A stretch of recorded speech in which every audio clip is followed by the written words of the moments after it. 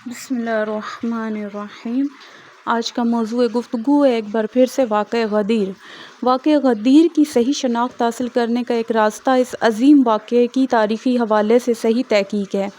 دیکھنا یہ چاہیے کہ غدیر کے دن کون سے واقعات و حادثات رونما ہوئے، رسول اللہ صلی اللہ علیہ وآلہ وسلم نے کیا کیا کیا، اور دشمنوں اور مخالفوں نے کس قسم کا رویہ اختیار کیا، تاکہ غدیر کی حقیقت واضح اور روشن ہو جائے۔ اگر غدیر کا دن صرف اعلان ولایت کے لیے تھا تو پھر رسول اکرم صلی اللہ علیہ وآلہ وسلم نے اپنی گفتگو اور عمل کو بھی اس حساب سے صرف ابلاغ و پیغام تک محدود رکھا کہ غدیر اگر صرف اعلان ولایت کے لیے تھا تو پھر رسول اکرم کی گفتگو اور عمل کو بھی اسی حساب سے صرف ابلاغ و پیغام تک محدود ہونا چاہیے تھا، یعنی رسول اکرم سب لوگوں کو جمع کرتے اور امام علی ابن ابی طالب کی لیاقت اور صلاحیتوں کے بارے میں لوگوں کو آگاہ فرماتے، پھر کچھ اخلاقی نصیحتوں کے ساتھ لوگوں کے لیے دعا فرما دیتے اور خدا کی امان میں دے دیتے۔ اس کے بعد پھر دیار سے آئے ہوئے مسلمان اپنے اپنے وطنوں کی طرف لوٹ جاتے اور رسول اکرم اس کام کو مکہ کے عظیم اجتماع میں حج کے وقت بھی انجام دے سکتے تھے۔ عرفات و منی کے اجتماعات میں بھی یہ کام کیا جا سکتا تھا، لیکن غدیر کی تاریخی مطالعے کے بعد یہ بات واضح ہو جائے گی اور یہ نظریہ سامنے آئے گا کہ غدیر کی داستان کچھ اور ہے۔ اعمال حج اختتام پذیر ہو چکے ہیں اور رسول اکرم کی آخری حج کے موقع پہ پرشوق دیدار میں ساری دنیا کے اسلامی ممالک سے آئے ہوئے مسلمان اپنے پیغمبر کو الوداع کر رہے ہیں۔ یہ عظیم اجتماع موجیں مارتا ہوا سیلاب کی مانند شہر مکہ سے خارج ہوتا ہے اور غدیر خم کے مقام پر، جہاں ہر شہر اور دیار سے آئے ہوئے مسلمان ایک دوسرے سے جدا ہو کر اپنی اپنی راہ لینا چاہتے ہیں، یکا یک فرشتہ وحی حضرت اکرم صلی اللہ علیہ وآلہ وسلم پہ نازل ہو کر ایک بہت اہم مطلب کی درخواست فرماتا ہے، اور مسئلہ اس قدر اہم ہے کہ رسول گرامی اسلامی امت میں اختلاف پیدا ہو جانے کی وجہ سے ڈر رہے ہیں اور جنگ کے حالات پیدا ہو جانے کی وجہ سے گھبرا رہے ہیں۔ یہ ایک روایت ہے 3 مرتبہ فرشتہ وحی آتے ہیں اور لوٹ جاتے ہیں، اور رسول خدا صلی اللہ علیہ وآلہ وسلم پریشان ہیں اور اس کام کے انجام دینے سے اجتناب کر رہے ہیں، اور تینوں بار جب حضرت جبرائیل سے خواہش کرتے ہیں کہ خداوند عالم ان کو اس آخری وظیفہ کو انجام دینے سے معاف رکھے، وحی الہی مسلسل آ رہی ہے، یہاں تک پیغمبر گرامی کو اس امر کی طرف متوجہ کیا جاتا ہے کہ اے پیغمبر، اگر آپ نے یہ کام نہ کیا تو گویا آپ نے کوئی بھی کام انجام نہیں دیا۔ سختی سے تنبیہ کرنے کے ساتھ ساتھ پروردگار عالم تسلی بھی دیتا ہے کہ پریشانی کی کوئی بات نہیں، خداوند عالم تمہاری اور تمہارے دین کی محافظت فرمائے گا، کفار و منافقین کو رسوا کرے گا، اور تمہیں صرف خدا کی پرواہ کرنی چاہیے۔ پیغمبر گرامی کو خداوند عالم کی طرف سے یہ تسلی ملنی تھی تو آپ نے یہ حکم صادر فرمایا کہ سب لوگ غدیر خم کی سرزمین پر ٹھہر جائیں۔ جو لوگ غدیر کے مقام سے آگے چلے گئے ہیں وہ پلٹ آئیں، جو پیچھے ہیں ان کا انتظار کیا جائے۔ جب تمام اسلامی ممالک سے آئے ہوئے مسلمان غدیر خم کے میدان میں جمع ہو گئے تو حکم فرمایا کہ اونٹوں کے کجاووں کے ذریعے ایک بلند مقام پر ممبر تیار کیا جائے۔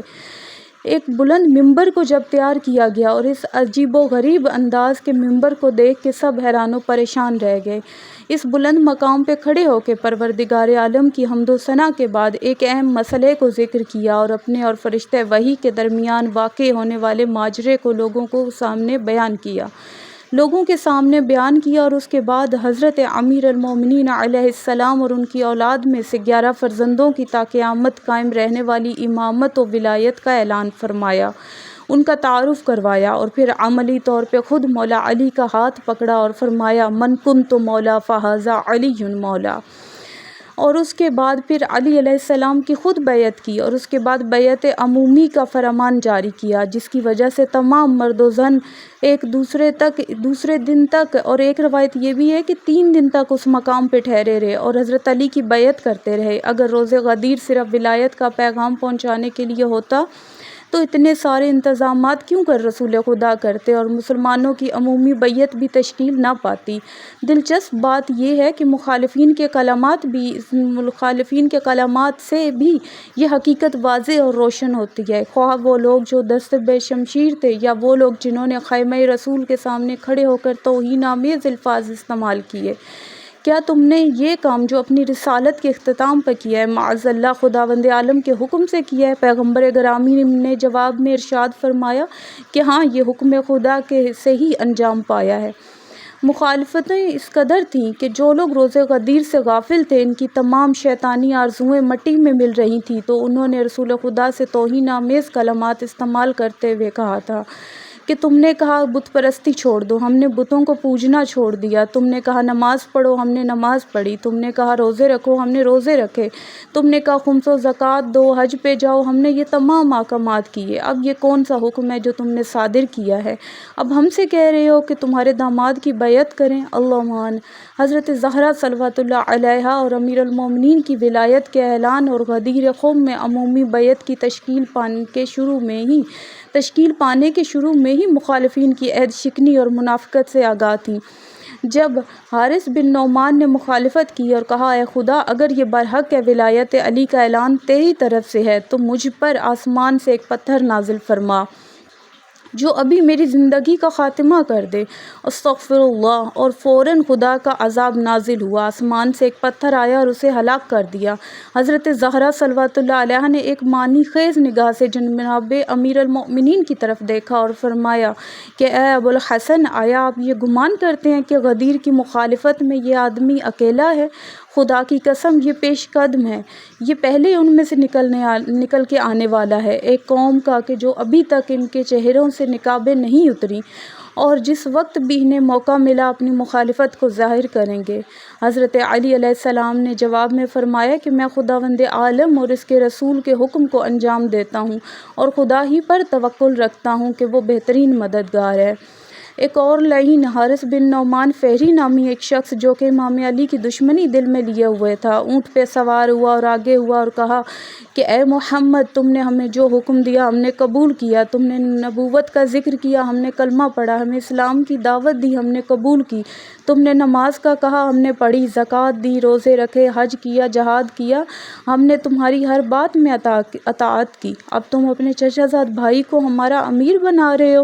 ہمیں معلوم نہیں کہ یہ خدا کی طرف سے ہے، معاذ اللہ، یا تمہارے اپنے ارادے اور سوچ کی پیداوار ہے۔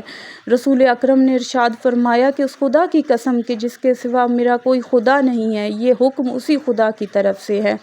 اور یہ میرا کام تو صرف خدا کا پیغام تم تک پہنچانا ہے۔ حارث یہ جواب سن کر غضبناک ہو گیا اور اپنے سر کو آسمان کی طرف اٹھا کے کہنے لگا کہ اے بار الہ، اگر جو کچھ محمد مصطفیٰ صلی اللہ علیہ وآلہ وسلم نے علی علیہ السلام کے بارے میں کہا ہے، اگر یہ تیری طرف سے ہے اور تیرے حکم سے ہے تو آسمان سے ایک پتھر مجھ پہ آ گرے اور مجھے ہلاک کر دے۔ ابھی حارث بن نعمان کی بات ختم بھی نہ ہو پائی تھی کہ آسمان سے ایک پتھر گرا اور اس کو ہلاک کر دیا، اور اسی وقت سورہ مبارکہ معارج کی آیات نازل ہوئیں کہ ایک مانگنے والے نے کافروں کے